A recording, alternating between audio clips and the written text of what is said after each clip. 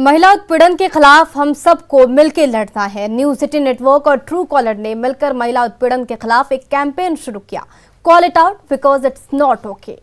ये कैंपेन महिलाओं को सशक्त बनाने के साथ साथ पुरुषों को भी इस लड़ाई में साथ देने के लिए प्रेरित करता है। आइए देखते हैं कैसे एक महिला ने अपने पुरुष मित्र के साथ मिलकर उत्पीड़न के खिलाफ आवाज उठाई। 26 साल के अमरीन खान, जो कि मुंबई में एक वेब डिजाइनर हैं, उन्हें उत्पीड़न का सामना तब करना पड़ा जब उन्होंने एक रेस्टोरेंट में फोन किया। The first number that I called, they said that this number is not the restaurant that you have called, it's the other branch. As soon as I reached home, I get a message from a random number, and then there was this voice note along with the message. I played it and it was this very disgusting, offensive message. And on Truecaller, it listed it as the restaurant's official account. Amreen ने एक दोस्त से बात की और हैरेसर के खिलाफ report करने का मन बनाया। I called up the owner of that particular restaurant. They were like, no, this like we cancelled this number a long time ago and this doesn't exist anymore. So we were like, okay, this is just not adding up. Somebody is lying in this case, so we obviously have to take it up with the police. So the next step, after putting it up on social media, writing about it, screenshots, tagging the right organizations, we decided to put it up on the cybercrime cell. Call it out because it's not okay campaign महिलाओं को उत्पीड़न के खिलाफ आवाज उठाने के साथ साथ पुरुषों को भी इसमें सहयोग देने के लिए प्रोत्साहित कर रहा है। You have to in writing give a written police complaint along with all the evidences attached, all the leads that you have about the case. The police takes crimes against women very seriously. और वैशाली के DEO ने सरकारी school के शिक्षकों के लिए अजीबोगरीब फरमान जारी कर दिया। फरमान भी ऐसा कि शिक्षक विरोध में उतर आए हैं। फरमान शिक्षकों के लिए ड्रेस कोड को लेकर दिया गया है। कहा गया कि स्कूलों में शिक्षक ड्रेस कोड में ही आएंगे, लेकिन डीईओ के आदेश को शिक्षक मानने को राजी नहीं। पटना में नाराज शिक्षकों से बातचीत की संवाददाता रजनीश कुमार ने।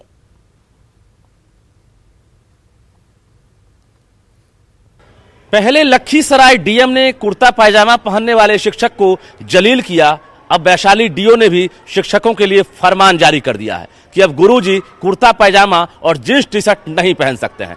देख सकते हैं कि वैशाली डीओ के फरमान के बाद जो शिक्षक हैं वो नाराज हो गए हैं, तो शिक्षक संघ ने भी अल्टीमेटम दिया है कि पत्र वापस नहीं करने पर पूरे बिहार में आंदोलन होगा। इस वक्त हम राजधानी पटना के मुरादपुर राजकीय मध्य विद्यालय में पहुंचे हैं और यहां पर देखिए बड़ी संख्या में जो शिक्षक हैं वो विरोध जता रहे हैं कि वैशाली डीओ ने गलत पत्र जारी किया है और ये फरमान मंजूर नहीं है। तो हम बात करते हैं, क्या लग रहा है कि ये कुर्ता पायजामा और जींस टी शर्ट जो है अब तो नहीं पहनेंगे आप लोग?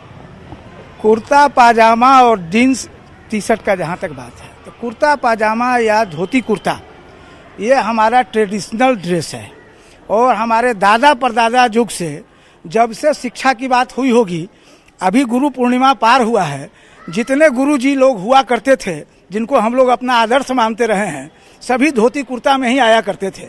और हम समझते हैं कि जो फरमान जारी करने वाले हैं, इनके भी गुरुजी जो इनको पढ़ाए होंगे वो धोती कुर्ता में ही पढ़ाए होंगे। ये फॉर्मल जो शर्ट पैंट पहन के आने का जो आदेश जारी हुआ है, तो क्या लग रहा है शिष्टाचार बढ़ेगा? अब तक हम लोग यही देखते आ रहे हैं बचपन से लेके आज तक कि हमारे गुरुजी जो भी हमको शिक्षा दिए हैं आज तक, जिनके शिक्षा से आज हम कुर्सी पर बैठे हुए हैं, हमारे शिक्षा से आज कोई डीएम बना है, हमारे शिक्षा से आज कोई डीओ बना है, हमारे ही शिक्षा से आज पदाधिकारी आज डीएम डीओ पीएम सारे लोग बन करके इस कुर्सी पर विराजमान हैं, जो आज के डेट में उन्होंने हमारे इस शिक्षकों की बेइज्जती जो हुई है कुर्ता पैजामा के ड्रेस के कारण, वो क्या ये उचित नहीं है, कहीं से भी उचित नहीं है। पैजामा पहनना छोड़ देंगे आप लोग? कुर्ता पैजामा पहनना कैसे छोड़ देंगे? कभी नहीं छोड़ेंगे। इसलिए नहीं छोड़ेंगे कि हमारे पिताजी लोग भी शिक्षक थे और वो कुर्ता पैजामा में ही और शर्ट को धोती कुर्ता में ही विद्यालय जाते थे। बिल्कुल, अब तो कार्रवाई का भी डर होगा ना कि अब कुर्ता पैजामा पहनेंगे, जींस टी शर्ट पहनेंगे कलरफुल, अब स्कूल आएंगे तो गुरुजी पर कार्रवाई भी हो सकती है। निश्चित रूप से जब पदाधिकारी कोई फरमान जारी करता है तो संशय की स्थिति तो पैदा होती है, लेकिन इन पदाधिकारी को तो सोचना चाहिए कि जिस शिक्षक के बलबूते जो सामाजिक परिवर्तन लाता है, जो संस्कार और संस्कृति पैदा करता है समाज में, और एक महान से महाविभूति को मैंने विद्वता के आधार पर कुर्सी पर बैठाता है।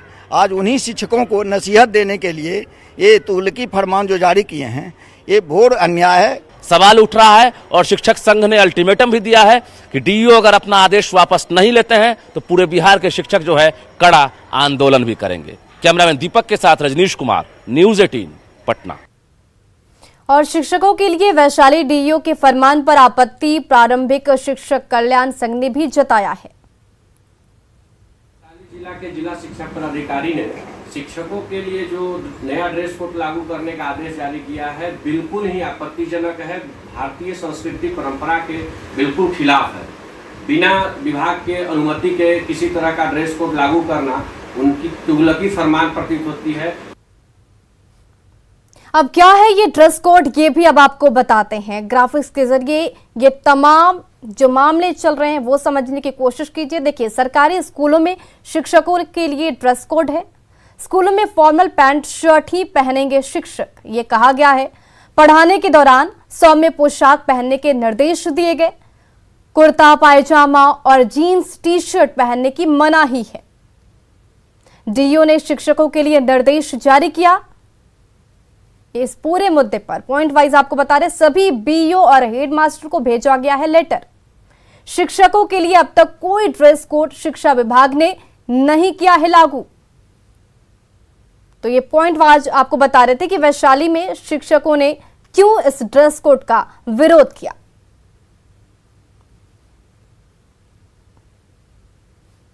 और बिहार के पूर्व मंत्री और बोचहा के पूर्व विधायक दिवंगत नेता रमईराम पंचतत्व में विलीन हो गए। रमईराम को उनके कालीबाड़ी स्थित आवास के निकट अंतिम संस्कार और अंतिम विदाई दी गई। उनकी बेटी पूर्व विधान पार्षद डॉक्टर गीता कुमारी ने उन्हें मुखाग्नि दी। इस मौके पर बिहार सरकार के मंत्री रामसूरत राय, जिलाधिकारी प्रणव कुमार, एसएसपी जयंत कांत भी मौजूद रहे। बिहार के पूर्व मंत्री और बोचहा से 9 बार के विधायक रहे दिवंगत नेता रमईराम अब पंचतत्व में विलीन हो गए हैं। अभी अभी उनका अंतिम संस्कार उनके आवास के बगल में, जहां उनकी पत्नी का स्मारक बनाया गया है, वहीं पर किया गया है। और सबसे बड़ी बात, उनकी बेटी डॉक्टर गीता कुमारी ने ही उन्हें मुखाग्नि दी है। और बताओ, एक बेटी होकर उन्होंने अपने पिता को मुखाग्नि दी है। इसको लेकर उन्होंने सीधे तौर पे कहा है कि वो हमारे हीरो थे और उन्होंने मुझे बेटा से भी बढ़कर माना है और वो चाहते थे कि उनको मुखाग्नि वो खुद दे। तो गीता कुमारी, डॉक्टर गीता कुमारी, जो हाल ही में बोचहा से उन्होंने चुनाव भी लड़ा था, उन्होंने अपने पिता रमईराम को मुखाग्नि दी है और रमईराम अब पंचतत्व में विलीन हो चुके हैं। हमारे पीछे आप देख सकते हैं, यहीं पर उनकी पत्नी का भी स्मारक है और यहीं पर अभी अभी उन्हें अंतिम संस्कार उनका किया गया है। तमाम बड़े नेता और तमाम जो परिजन हैं और अधिकारी हैं, वो सब यहाँ पर पहुँचे थे। राजकीय सम्मान के साथ रमईराम को अंतिम विदाई दी गई है। मुजफ्फरपुर से न्यूज़ 18 के लिए प्रियांक सौरभ। और कैमूर जिले में बारिश नहीं होने से किसान परेशान है। अभी तक जिले में महज 5 से 6% ही धान की रोपनी हो पाई। पानी की कमी से किसान जूझ रहे हैं। दरअसल देश की मशहूर चावल कैमूर में ही उत्पादन होता है। इस गांव से हर साल अयोध्या भगवान श्री राम का भोग लगाने के लिए चावल भेजा जाता है, लेकिन अभी तक बारिश नहीं होने के चलते किसान चिंतित हैं, क्योंकि आषाढ़ खत्म होने के बाद भी बारिश नहीं हो रही है।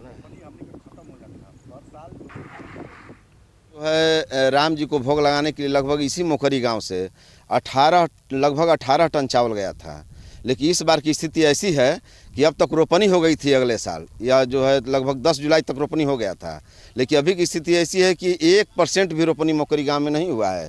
और इस ज़मीन पर देख रहे हैं, जहां चावल जहां अपने से पानी बहता है आज के इस मौसम में, आज यहाँ धूल उड़ रहा है इस खेत में। कैमूर जिला में भभुआ के अगल बगल इसको धान का कटोरा कहा जाता है। यहाँ सोन नहर भी लगता है, लेकिन इस समय नहर में पानी भी नहीं है और पानी आ भी नहीं रहा है। भगवान से बारिश भी नहीं हो रहा है। और जो है माने बिया देखिए रहे हैं, बिया एकदम लाल हो रहा है, सूख रहा है। इन साल तो माने अपने को खाने के लिए चावल नहीं होगा, हम लोग दूसरे को चावल कैसे देंगे। अच्छा, इस वर्ष बारिश कम होने